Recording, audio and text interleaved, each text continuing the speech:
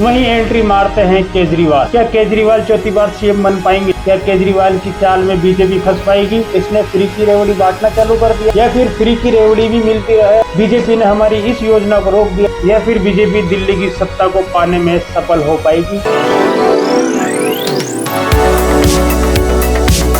मैं हूं ललित धाकड़ और आप सभी का स्वागत करता हूं मेरे YouTube चैनल मिस्टर ललितास्टिक पर। चलिए जानते हैं आज की इस कवर स्टोरी में। वर्ष 2013 से पिछले 15 सालों तक यहां पर कांग्रेस का राज रहा है और 2013 से पहले एक ऐसी बात हो जाती है जिससे पूरी देश के अंदर एक खलबली मच जाती है।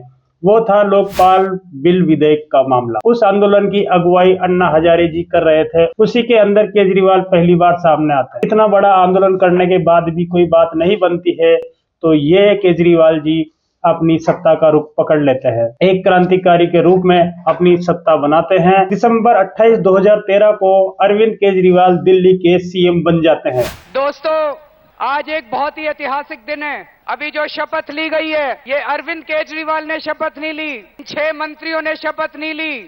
आज दिल्ली के हर नागरिक ने मुख्यमंत्री की और मंत्री की शपथ ली है। आज आम आदमी की जीत हुई है। दिल्ली के लोगों ने दिखा दिया कि ईमानदारी से भी राजनीति की जा सकती है, ईमानदारी से चुनाव लड़े जा सकते हैं और ईमानदारी से चुनाव जीते जा सकते हैं। दोस्तों, अल्लाह का शुक्रिया अदा करता हूं। वहीं अगला साल आते आते फरवरी 2014 को वो वापस अपने पद से इस्तीफा भी दे चुके होते हैं। जब केजरीवाल को जनता ने चुना तो जनता के मन में सिर्फ और सिर्फ एक ख्याल था, उनकी क्रांतिकारी बात है, यानी कि भ्रष्टाचार को मिटा दूंगा। केजरीवाल ने साफ साफ कहा कि मैं एक आम आदमी हूं और साधारण इंसान की तरह ही लोगों के बीच रहूंगा और साधारण इंसान रह करके ही मैं लोगों की सेवा करूंगा। इन्हीं बातों के चलते दिल्ली की जनता से केजरीवाल को भरपूर प्यार मिलता है और वो सत्ता कब्जाने में हासिल हो जाते हैं। लेकिन जब 2020 के अंदर दिल्ली में विधानसभा चुनाव होते हैं, तो केजरीवाल को अपने ऊपर इतना विश्वास था कि वो जीत जाएंगे, या फिर उनको खुद के ऊपर ही विश्वास नहीं था कि जो मैंने जनता के बीच में छवि बना करके मैं आया था तो वो छवि अभी तक बची है या नहीं, या मैं भी दूसरे नेताओं की तरह हो चुका हूँ। उसका अपन अंदाजा इस तरीके से लगा सकते हैं कि केजरीवाल ने साफ साफ बोला था कि मैं एक आम आदमी हूँ, आम आदमी की तरह रहूंगा और वीआईपी ट्रीटमेंट बिल्कुल भी नहीं लूंगा। जबकि आप सभी को पता है कि अरविंद केजरीवाल का आज की डेट में एक बहुत बड़ा शीश महल है। और जैसा कि वो भ्रष्टाचार को मिटाने की बात कर रहे थे, लेकिन उनकी खुद की पार्टी ही बड़े बड़े घोटालों के अंदर फंस चुकी है।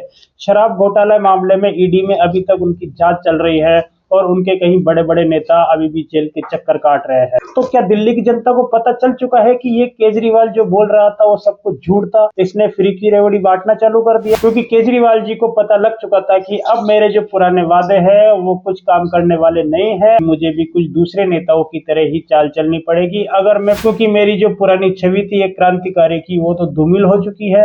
एक आम आदमी की तरह मैं जनता की सेवा करूंगा, वो तो मैंने की नहीं। तो इसके चलते जनता को क्या प्रलोभन दिया जाए, इसके लिए उन्होंने मुफ्त बिजली, मुफ्त शिक्षा, मुफ्त चिकित्सा, बस की सेवा फ्री कर देना, बहुत सारे free free free free free के टोटके केजरीवाल ने अपने वादों के अंदर 2020 के इलेक्शन में कर डाले। तो क्या दिल्ली की जनता को लगता है कि फ्री की रेवड़ी खाना ही सही है, या फिर फ्री की रेवड़ी भी मिलती रहे, या फिर फ्री की रेवड़ी भी मिलती रहे और विकास भी होता रहे? दिल्ली के अंदर अब चुनाव हो चुके हैं और 8 फरवरी को इसके नतीजे सबके सामने आ जाएंगे। चुनावी गणना से पहले एग्जिट पोल आ चुके हैं और 8 एग्जिट पोल सीधे सीधे ये बता रहे हैं कि बीजेपी सत्ता में आने वाली है। यानी कि पिछली बार बीजेपी का 38% वोट शेयर था, जो कि बढ़कर के 48 हो गया, और वही पिछली बार के चुनाव में अरविंद केजरीवाल का वोट शेयर था 53%, जो कि सीधे सीधे घट करके 10% कम होता है। तो यानी कि 45% अभी भी उनके पास है। कभी कभी एग्जिट पोल गलत भी हो जाते हैं, जैसे कि हरियाणा,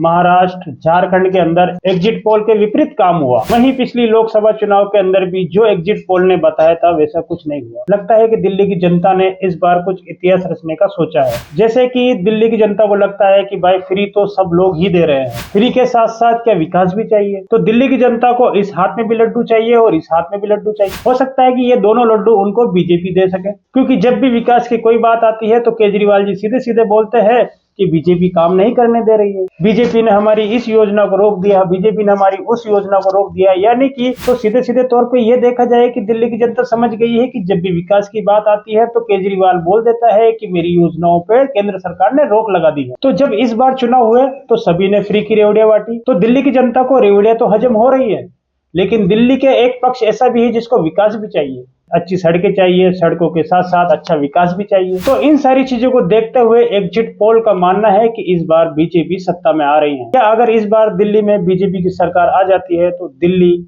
कहां से कहां तक पहुंच जाएगा, और अगर केजरीवाल फिर से एक बार और सत्ता में आते हैं और ये इतिहास लिखा जाएगा कि मोदी ने बड़े बड़े लोकसभा चुनाव जीते हैं, बड़े बड़े चुनाव में उनकी प्रचंड जीत हुई, लेकिन वो देश की राजधानी दिल्ली में जीत नहीं पाए, क्योंकि यहाँ पर फ्री की रेवड़ी वाला सिस्टम था। फ्री की रेवड़ी को और भुनाने के लिए फ्री की रेवड़ी के साथ साथ और विकास भी किया जाए तो वो फ्री की रेवड़ी विकास में तब्दील हो जाती। वहीं संजय सिंह ने एक इंटरव्यू दिया है और बीजेपी के ऊपर आरोप लगाया कि हमारे 7 से 8 लोगों के पास बीजेपी के कॉल्स आ रहे हैं और उनको 15 करोड़ रुपए का प्रलोभन दे करके उनकी पार्टी में शामिल किया जा रहा है, लेकिन हमारे विधायकों ने साफ साफ मना कर दिया। केजरीवाल ने सोशल मीडिया पे डाल दिया है कि 7-8 नहीं बल्कि 16 लोगों से कांटेक्ट किया गया है, फोन किया गया है कि 15 करोड़ का प्रलोभन दे रहे हैं और बीजेपी में शामिल होने की बात कर रहे हैं। संजय सिंह और केजरीवाल दोनों बोल रहे हैं कि वहां से ऐसे कॉल्स आ रहे हैं, 15 करोड़ के कॉल्स आ रहे हैं,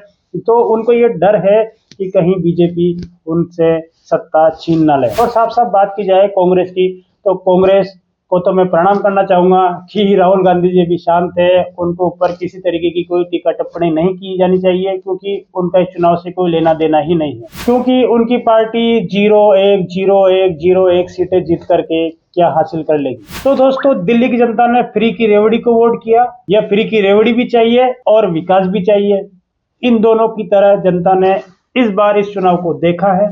और ये चुनाव वैसे भी केजरीवाल वर्सेस मोदी नहीं था, आप वर्सेस बीजेपी नहीं था, केजरीवाल वर्सेस केजरीवाल था। मतलब केजरीवाल चाहिए या केजरीवाल नहीं चाहिए।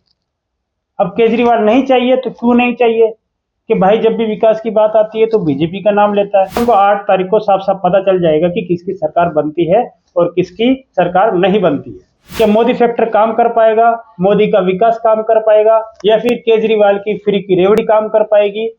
दिल्ली की जनता इस पर अपना मतदान कर चुकी है और 8 तारीख को यह पूरी तरीके से घोषित हो जाएगा कि किसकी सरकार बन जाएगी। क्या ये देखना दिलचस्प होगा कि पिछले चुनाव में जो पार्टी बीजेपी इतनी कम सीटें लेकर के आई है, वो इस बार 45 सीटें जो एग्जिट पोल बता रहे हैं या फिर 36 सीटें जीत करके अपनी सरकार बना पाएगी। ये पिछली बार जो केजरीवाल ने 62 के आसपास की सीटें जीत करके सरकार बनाई थी, वो पार्टी 30 सीटों पे सिमट जाएगी। ये देखना बिल्कुल ही दिलचस्प होगा कि किसकी सरकार बनती है। इस कवर स्टोरी में सिर्फ इतना ही। मिलते हैं चुनावी परिणाम के बाद कि किसकी पार्टी बनती है। जय हिंद दोस्तों।